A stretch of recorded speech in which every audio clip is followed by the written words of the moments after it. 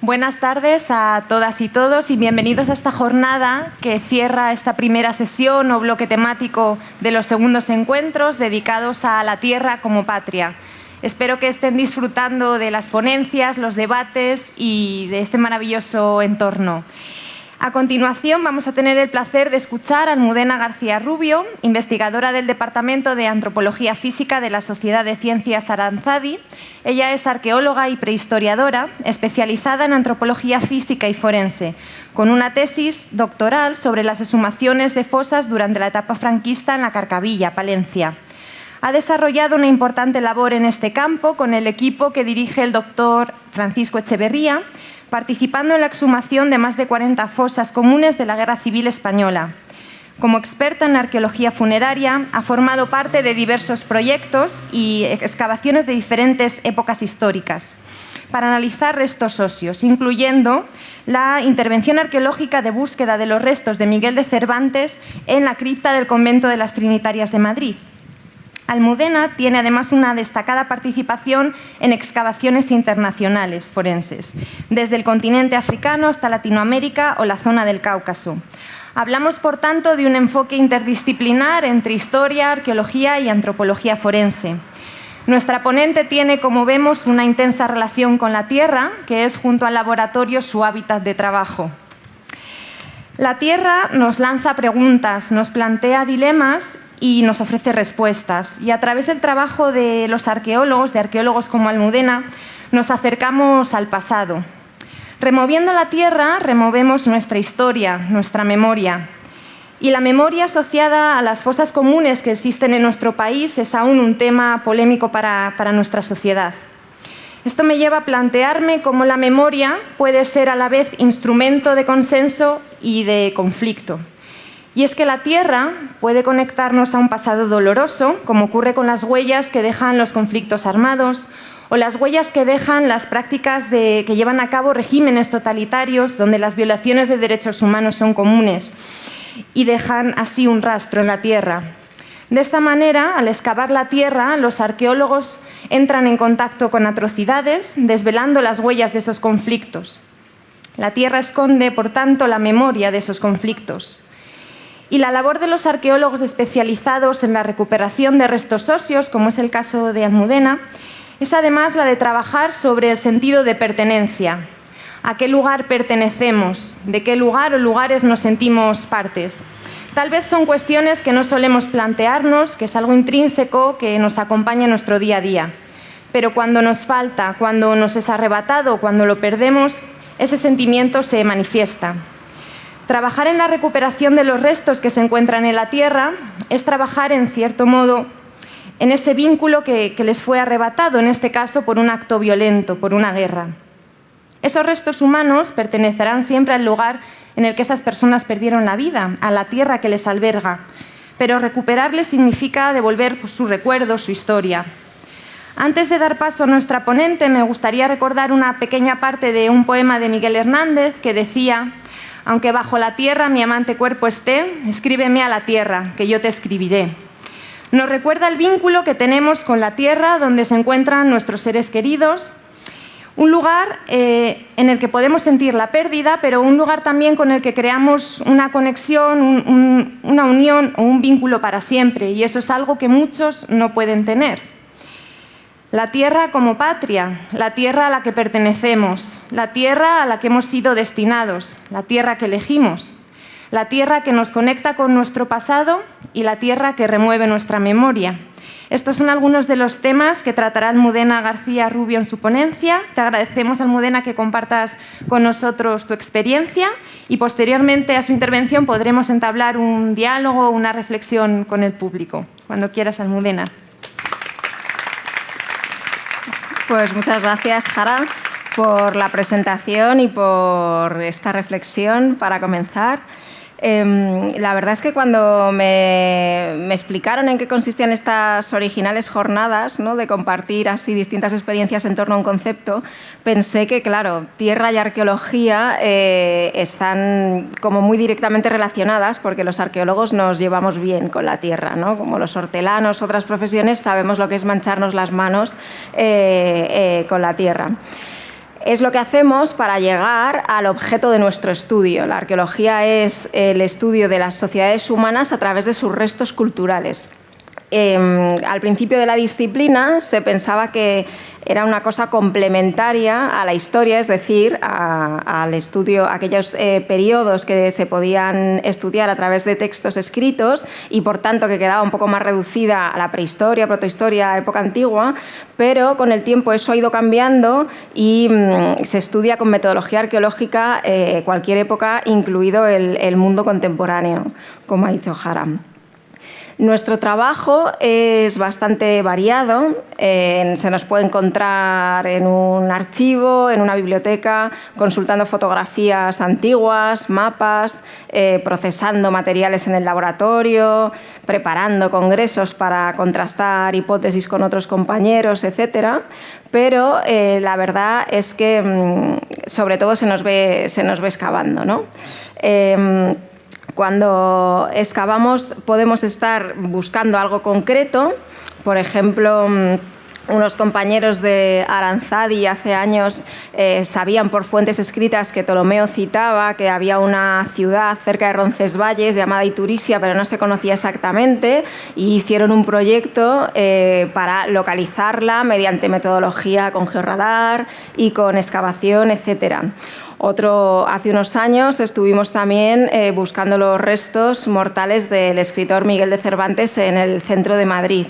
Sin embargo, muchas veces nuestro trabajo no sabemos lo que vamos a encontrar, ¿no? La mayoría de los arqueólogos profesionales, su trabajo consiste en que, por la ley de patrimonio, si va a haber un movimiento de tierra, por ejemplo, porque se va a construir una carretera o cualquier otra cosa. Por ejemplo, mi primera intervención como estudiante, mis primeras prácticas fueron en Madrid, donde iba a levantarse el parque temático de la Warner, y allí había habido un seguimiento arqueológico y se habían encontrado los restos de un poblamiento visigodo y una necrópolis visigoda, ¿no? Pues ahí no se sabía qué iba a haber y en eso consistía precisamente el trabajo de los compañeros.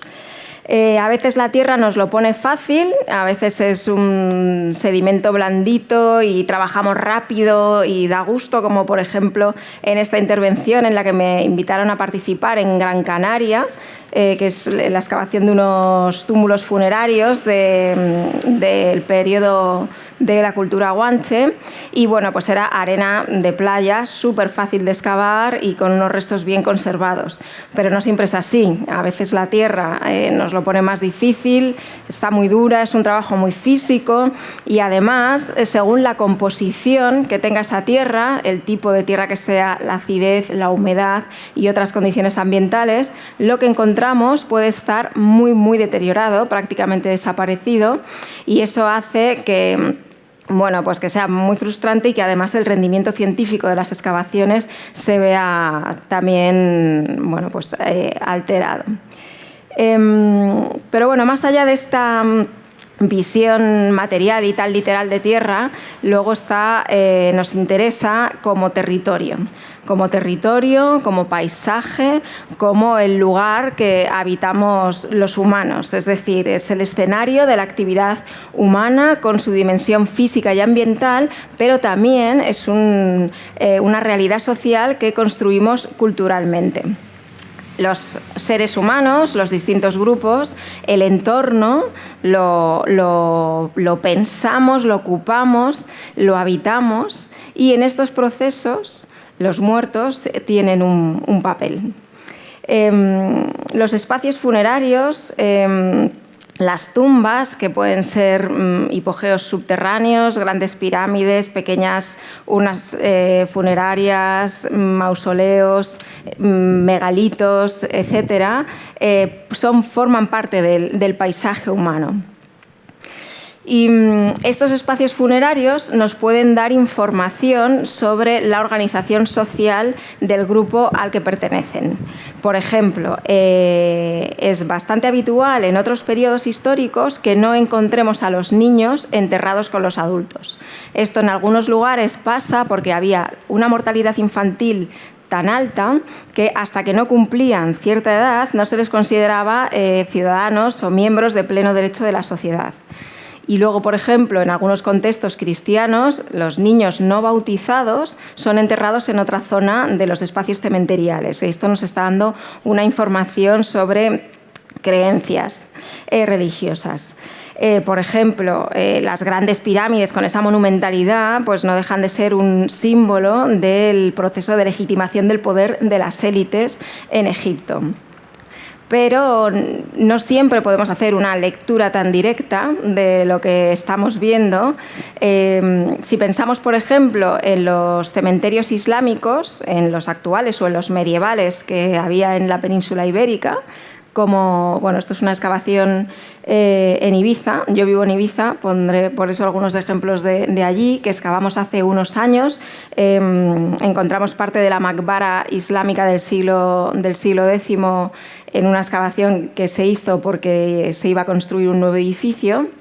Pues como vemos, todas las tumbas son iguales, los enterramientos son muy parecidos, no hay ajuar, no distinguimos ningún elemento que nos hable de estatus. Y eso que sabemos, que estas sociedades son complejas, jerarquizadas, no todos los miembros de la sociedad tienen los mismos derechos, pero a nivel funerario no podemos verlo. Y es que al final las estructuras funerarias también son construcciones, ¿no? Son construcciones conscientes o inconscientes que ese grupo quiere dar de cómo es el grupo, la población, el difunto, y a partir de su estudio podemos ver ciertos valores, con suerte, políticos, religiosos o culturales. Otro punto que es muy interesante y muy importante, que nos habla mucho de cómo es la sociedad dentro del contexto funerario, son los rituales, las celebraciones funerarias. Las ceremonias funerarias escenifican o pueden escenificar parte del orden social. Por ejemplo, si volvemos a Ibiza, que tuvo su época de auge en la antigüedad, en época púnica, en el siglo VIII a.C., pues allí las ceremonias funerarias consistían en preparar el cuerpo en la casa, se afeitaba, se lavaba, se perfumaba, se le velaba durante días.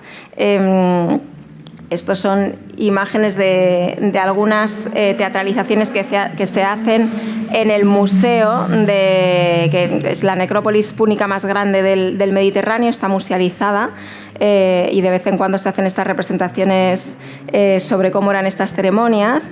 Y en la ceremonia que acompañaba de la casa a la necrópolis asistían plañideras, músicos, había un banquete funerario donde se comía, se bebía, y luego ya se producía el enterramiento, que podía ser, pues si esa persona era más pudiente, en un sarcófago de piedra, o si no en un simple ataúd, o con unos huevos de avestruz decorados que representan toda la cosmología púnica, y con ungüentarios muy bonitos para los aceites, que eran muy costosos, o otras personas se ponían unos ungüentarios que eran de cerámica, que eran sólidos, no estaban huecos, pero que imitaban lo que sí que podían hacer las élites. Hoy en día, en nuestro entorno, hemos simplificado bastante las ceremonias funerarias, pero todavía mantenemos estos rituales, ¿no? Suele haber un velatorio en el tanatorio, una inhumación o una cremación en el cementerio, un funeral, porque al final nos despedimos, morimos como vivimos, en este caso en familia y en comunidad.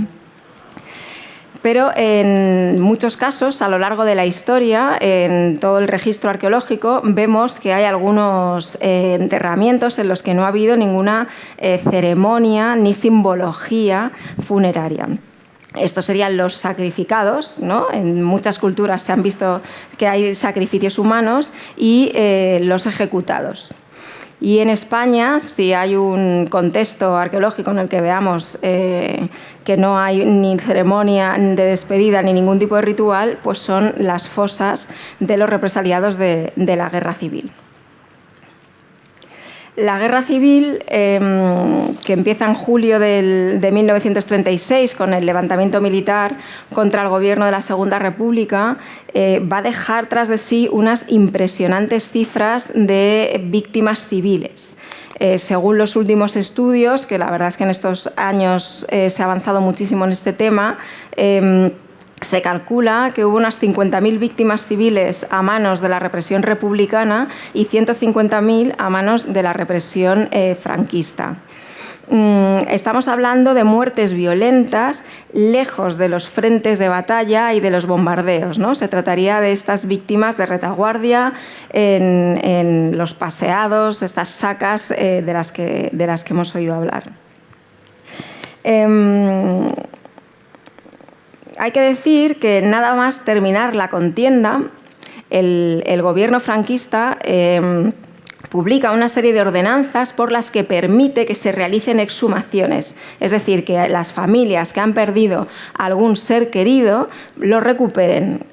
Aquí no sé si lo podéis leer, pero bueno, dice: todo aquel que desee exhumar el cadáver de alguno de sus deudos asesinado por la horda marxista para ser inhumado en el cementerio puede solicitarlo y sin abonar derechos sanitarios de ninguna clase. Esto es el Boletín Oficial del Estado de 1940.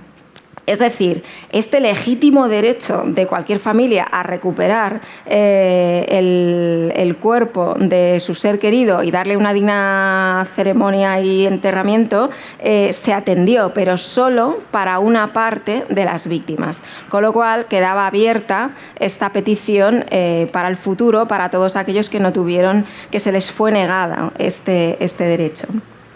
Este derecho, que en realidad viene casi de toda la vida, ¿no? Está legislado en distintas épocas, pero que nos podemos ir hasta la antigüedad. Si pensamos en Antígona, ese mito de la mitología griega, que en realidad lo que le pasa es que han muerto dos de sus hermanos y uno ha sido enterrado con honores y otro no, y el querer enterrar a su hermano dignamente es el centro de la trama que nos cuenta Sófocles. Y bueno, como decía Ana Messuti, una abogada de la querella argentina contra los crímenes del franquismo, es sorprendente cuántas Antígonas existen todavía a día de hoy. El caso es que el derecho internacional humanitario establece que la búsqueda, recuperación e identificación de los muertos desaparecidos a raíz de conflictos armados son una obligación de las partes del conflicto, así como a que los familiares de esos fallecidos puedan conocer lo que ocurrió, recuperar los cuerpos y honrarlos debidamente como ellos consideren. En el año 2000 se produce en España la primera exhumación de víctimas de la guerra civil con metodología científica, es decir, hubo presencia de arqueólogos, forenses y se identificaron mediante genética a las víctimas. Fue en Priaranza del Bierzo, en León, en el año 2000. De esta manera, por un lado, se abrió una ventana de esperanza para muchas familias que tenían la misma situación que esta gente. Bueno, esto fue posible gracias al empeño de un nieto de una de esas víctimas, Emilio Silva. Y por otro lado, España se suma a cientos de países donde se está dando este tipo de procesos, ¿no? Que es la aplicación de la arqueología y la antropología forense al servicio de la investigación de violaciones de los derechos humanos. Esto empezó en los años 80 del siglo XX en Latinoamérica, con la fundación del equipo argentino de antropología forense, que luego dio lugar a muchos otros equipos y que buscaban a los desaparecidos de las dictaduras latinoamericanas, pero luego en Europa se han producido exhumaciones y este tipo de investigaciones con los crímenes de la guerra de la antigua Yugoslavia, en Chipre, en Ucrania, en África, en diversos países como el Chad, Ruanda, República Centroafricana y en Camboya, en Irak, en fin. No nos inventamos nada, sino que nos sumamos a unos procesos que son habituales después de estos conflictos.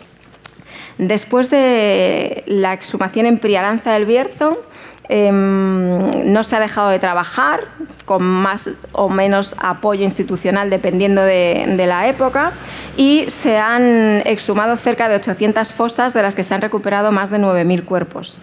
Y la comunidad autónoma en la que más exhumaciones se han producido es Castilla y León, en donde se han exhumado unas 215 fosas y se han recuperado cerca de 2.000 víctimas.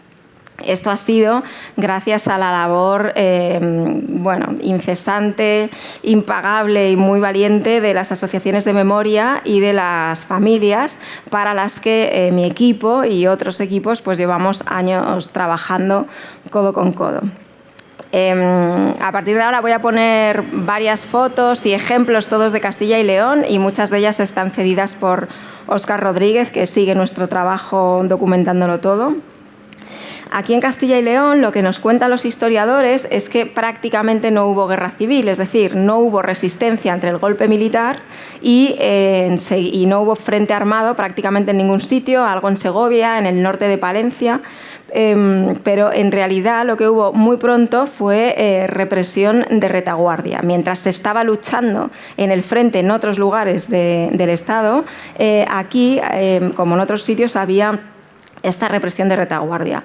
Esto dio lugar, por un lado, a que en el verano caliente, se llama el terror caliente de los meses de julio a agosto de 1936, se produjeran a manos de grupos descontrolados un montón de asesinatos, de muertes extrajudiciales, que dan lugar a las fosas de las cunetas del monte, que aparecen por lugares un poco escondidos, ¿no? Se sacaba a la gente de sus casas, de la cárcel, y se los trasladaba y se los ejecutaba en otro lugar.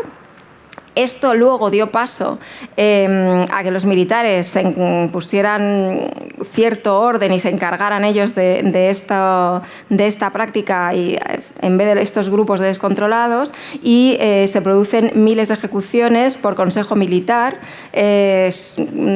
una especie de juicios rápidos sin garantías procesales, que dieron lugar, por ejemplo, a los enterramientos que encontramos en Palencia, en el cementerio viejo de Palencia, que hoy es el Parque de la Carcavilla, donde de las 500 casi víctimas que fueron allí enterradas, fueron recuperadas en 2009 y 2011 108, de las cuales más de 60 han podido ser devueltas a sus familiares.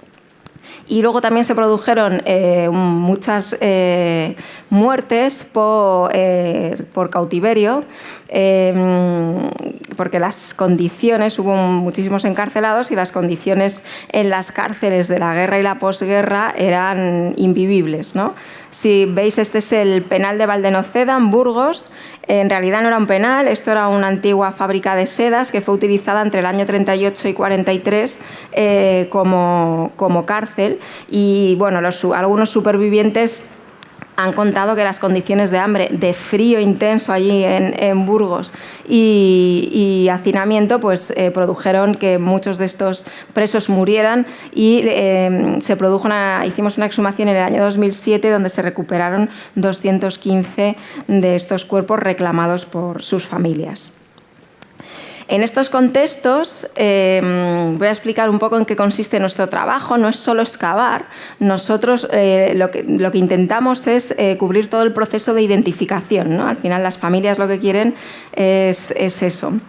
Así que lo primero que tenemos que hacer es recopilar toda la información ante mortem que podamos, es decir, todo lo que se sepa, tanto de cada persona que se busca, pues su nombre, su edad, su estatura, que en los varones, la mayoría de los muertos son hombres, si habían hecho el servicio militar, se conoce la talla, si tenían alguna característica física que nos pueda dar una pista, como que llevaba gafas, que tenía una cojera, cualquier cosa así.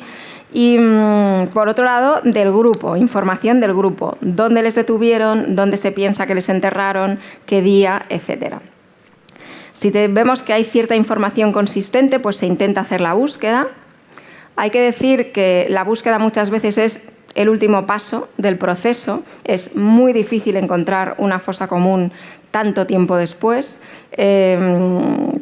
Muchas veces tenemos que parar aquí. Esto es un ejemplo del año 2018, donde estuvimos en Quintana del Puente, en Palencia, y bueno, fue infructuosa. No conseguimos encontrar la fosa donde buscábamos a una maestra y 4 hombres más. Aquí hubo más suerte. Si os fijáis, es muy difícil el paraje donde estábamos buscando, pero había el testimonio bastante directo de una mujer de 90 años y fue bastante fácil al final dar con el cuerpo que se buscaba. Si hay suerte y encontramos la fosa, se lleva el proceso de excavación, de exhumación de la misma, donde tratamos de retirar toda la tierra y documentar minuciosamente todo lo que se refiere a cada uno de los esqueletos y también el conjunto de la fosa como un conjunto represivo. Ahí, pues, las pistas que nos pueda dar sobre circunstancias y causa de la muerte, etc. En estos procesos nos acompañan los familiares, por ellos hacemos este trabajo. Muchas veces, sobre todo en los primeros años, yo empecé a colaborar en el 2003, venía gente, venían hermanos, venían muchos hijos de los difuntos, pero van pasando los años y cada vez llegamos más tarde y lo normal es que sean nietos y bisnietos los que promueven este tipo de iniciativas, ¿no? Que tratan de cerrar así a nivel familiar estas historias. Hoy me acordaba cuando Oliver decía que la historia de sus abuelos recurrentemente le venía a la cabeza, y es que hay veces que las historias familiares, aunque hayan pasado tiempo, nos siguen, ¿no? Y luego, una vez que se ha exhumado, vamos al trabajo de laboratorio. Aquí, de cada uno de los esqueletos, tratamos de hacer una estimación del sexo, edad, estatura, estudiamos las patologías, las características dentales, etcétera, con la finalidad de poder comparar la información que tenemos con la información de los que se buscaban. En este caso, son ejemplos del estudio que hicimos de las 247 víctimas exhumadas en el cementerio del Carmen, aquí en Valladolid. Y de esta manera, pues llegamos al final del proceso de identificación. Tenemos toda esta información conocida sobre cada una de las víctimas y el grupo, y toda la información sobre los esqueletos que hemos recuperado y el grupo. Si es compatible, tratamos mediante pruebas genéticas de confirmar esas propuestas de identificación. Con suerte, si todo ha ido bien, pues ya llegamos a los momentos de los homenajes. Aquí sí hay ceremonia, aquí sí hay ritual funerario. Ya depende de las familias y de las asociaciones que lo organicen como quieran. A veces son panteones colectivos donde les entierran a todos juntos. A veces la familia decide llevarse a su ser querido. Y esto es otro ejemplo en Estepar, en Burgos. Pero bueno, hasta ahora os he explicado un poco cómo es nuestro trabajo general y algunas cifras, pero yo creo que todo esto se entiende mejor cuando le ponemos cara y le ponemos nombre y apellido. Por eso, para cerrar, he seleccionado 3 historias que son conocidas, que están publicadas y que han ocurrido en Castilla y León. La primera de ellas es la de María Alonso Ruiz. Su historia la conocemos gracias a Clemente Bernard, que es un fotógrafo que siguió los procesos de exhumación durante una serie de años y que publicó este libro, Desvelados, con textos de varios autores y con estas fotos y con un pequeño documental que se llamaba Morir de sueños, que os lo recomiendo encarecidamente, en el que cuenta la historia de María. María era una joven que vivía en La Bañeza, en León, y era presidenta de la Unión Republicana, y que después del golpe, junto a otras personas, es detenida y unos meses después fusilada. En el año 2008, la RMH, la Asociación para la Recuperación de la Memoria Histórica, realiza una exhumación, busca la fosa y realiza una exhumación en un paraje de Izagre, en León, y encuentran la fosa y encuentran un pendiente. Cuando están buscando el otro pendiente, Josefina, hermana de María, se acerca y les dice: no busquéis más. el otro pendiente lo tengo yo. Porque María tenía una infección en la oreja en ese tiempo en el que se la llevaron, no llevaba ese pendiente, y Josefina se la había engarzado en una sortija que llevaba con ella desde entonces. Clemente Bernard, el autor, que tiene con mucha sensibilidad, en el prólogo del libro dice que este es un libro lleno de historias terribles y de crueldad que nunca tenía que haber ocurrido, pero que también está lleno de amor, del amor de esas personas que no olvidaron, como Josefina, que con 90 años pudo juntar los dos pendientes otra vez.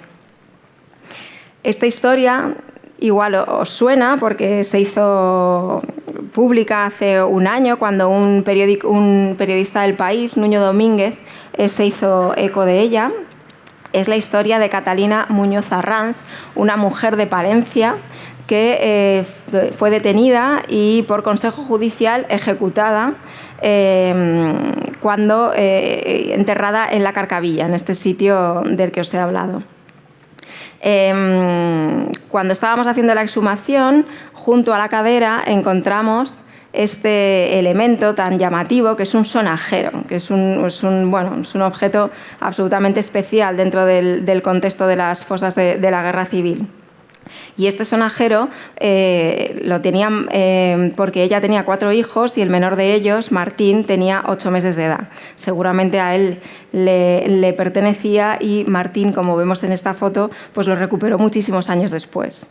Martín no conoció a su madre, no podía recordarla, pero gracias a una mezcla de técnicas, a la reconstrucción del cráneo de Catalina y fotografías de familiares, un forense que trabaja con nosotros, Fernando Serrulla, y un artista, Alba Senín, pudieron hacer esta aproximación facial que permitió a Martín ponerle cara a su madre después de tantos años.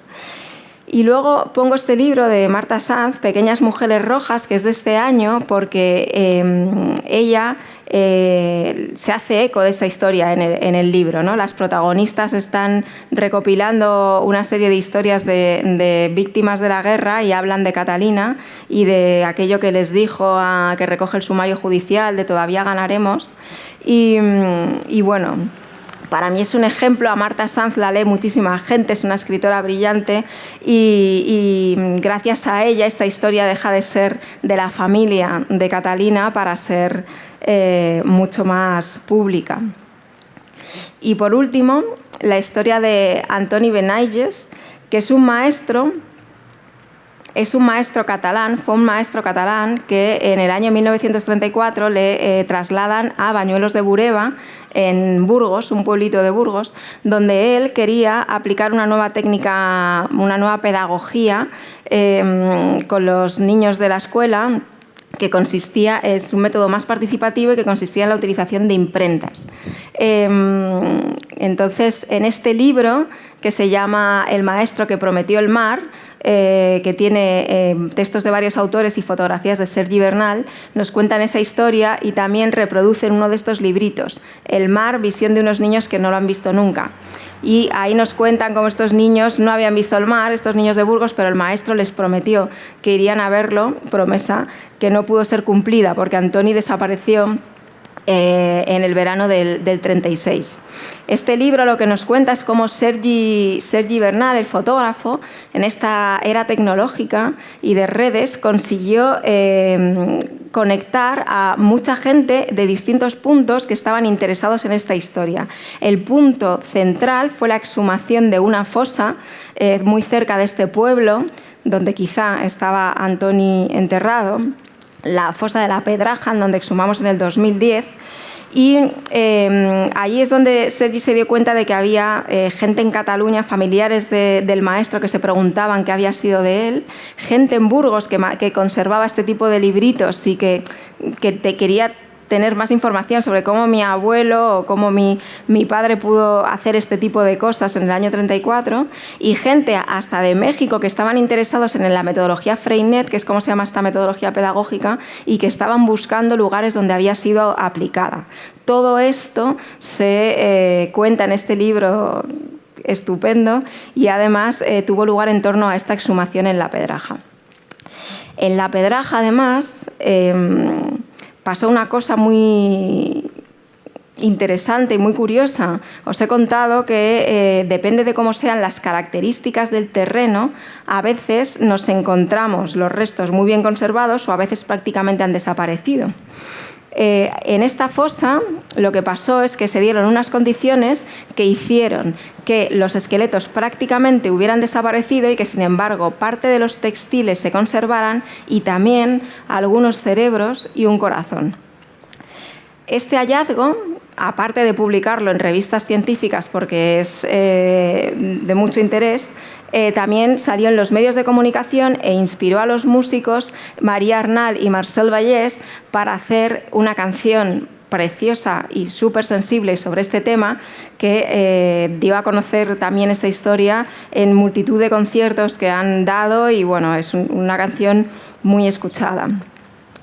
Y bueno, con esta a mí me parece interesante, aparte de terminar con una referencia musical por lo que viene a continuación, tener en cuenta que todas estas historias que fueron silenciadas en su momento, que nos fueron ocultadas bajo la tierra, con este trabajo que se va haciendo están saliendo a la luz y ya dejan de formar parte de la historia personal de esas familias, de esos pueblos, para ser mucho más generales, gracias al cine, al teatro, a la literatura y a la música, ya son historias de todos.